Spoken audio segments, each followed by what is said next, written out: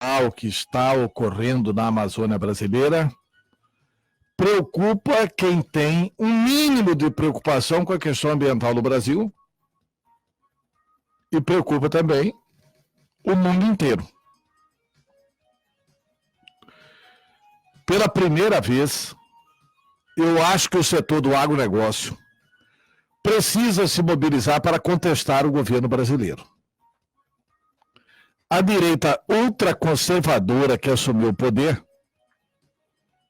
sem nenhum projeto de governo, ela está tomando uma série de medidas com relação a questões ambientais que têm prejudicado o Brasil. A Alemanha, a Noruega já cortaram os fundos da Amazônia, que são para sustentar a floresta e para permitir uma fiscalização ambiental. Imagens de satélites têm demonstrado uma acelerada devastação ambiental em território amazônico.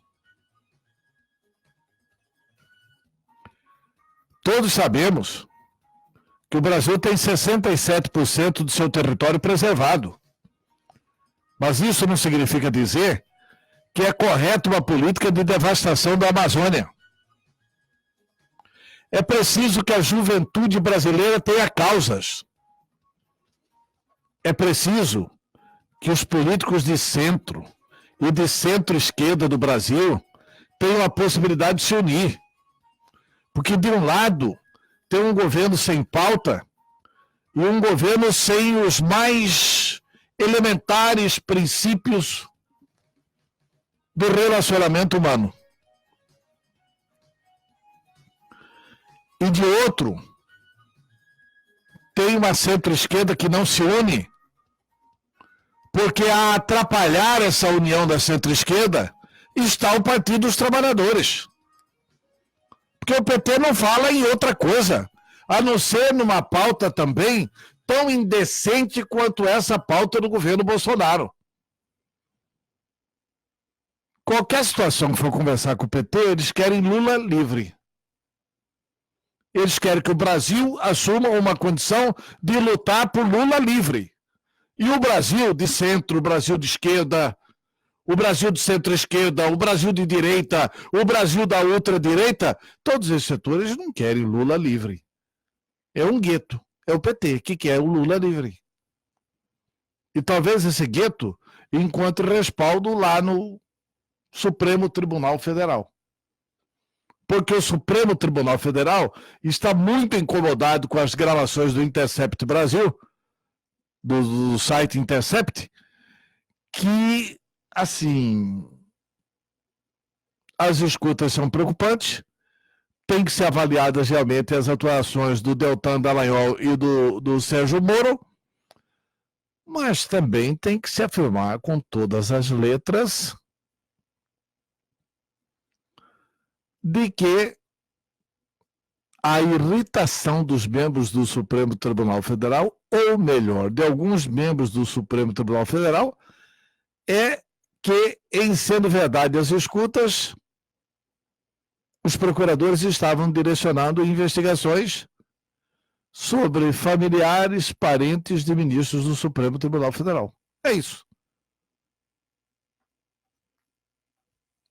O que pode demonstrar uma atitude realmente não muito correta ou não correta, mas que não é suficiente para esse escândalo todo, até porque a Lava Jato já fez muito bem ao Brasil. Esse é um ponto. O outro ponto é o seguinte: o atual secretário de Segurança, doutor Alexandre Bustamante, que foi secretário adjunto do Silval Barbosa na época da Copa do Mundo, e que teria assinado, juntamente com o procurador Marcelo Ferra, aquele documento da cessão das placas Witron para a Secretaria de Segurança Pública do Estado, hoje, num furo de reportagem do jornal Gazeta, ele está vindo a público para declarar o seguinte: que as duas placas do sistema Witron, que o Ministério Público anunciou em entrevista coletiva que teria sido cedido para a Secretaria de Segurança, elas não chegaram a ser entregues. E eles colocam como prova o seguinte: o documento não foi publicado no Diário Oficial do Estado de Mato Grosso, o que o torna sem efeito oficial. E tanto Bustamante quanto o Procurador-Geral de Justiça, José Antônio Borges, estão vasculhando as duas instituições para ver se encontram o documento de cessão da placa. Porque aí é o seguinte: se houve um empréstimo, a placa foi entregue.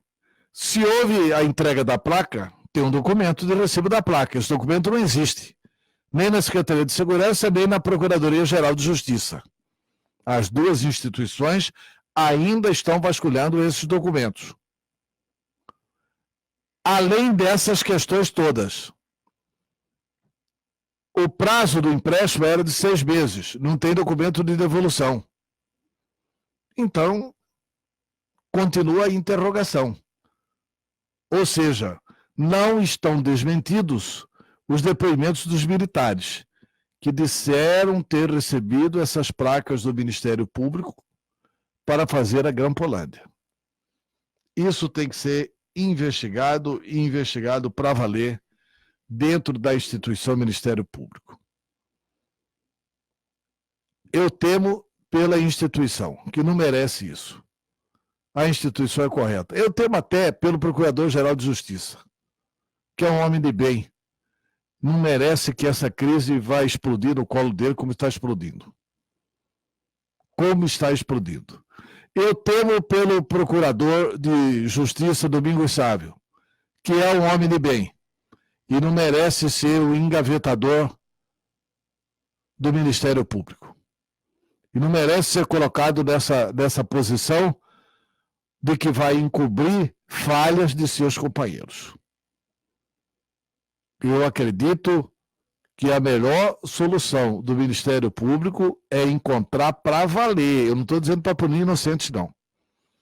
É encontrar para valer aqueles que realmente têm culpa. Quem tem culpa tem que pagar.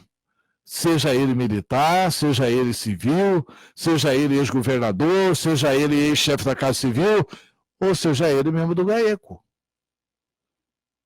Ou seja ele membro do GAECO. A instituição Ministério Público é composta por humanos, não é composta por deuses. Eles não são vestais. Eles não estão imunes ao erro. Se eles erraram, tem que pagar. É simples assim. E agora, numa matéria do repórter Pablo Rodrigo, fica, por enquanto, a versão de que as placas não foram cedidas coisa nenhuma à Secretaria de Segurança e que, portanto, é perfeitamente possível que as placas Witron tenham sido entregues aos grampeadores por membros do Ministério Público do Estado de Mato Grosso. Eu quero saber se essa pizza vai assar ou se do forno vai sair o bolo da verdade. O que a sociedade espera é que saia o bolo da verdade. É isso.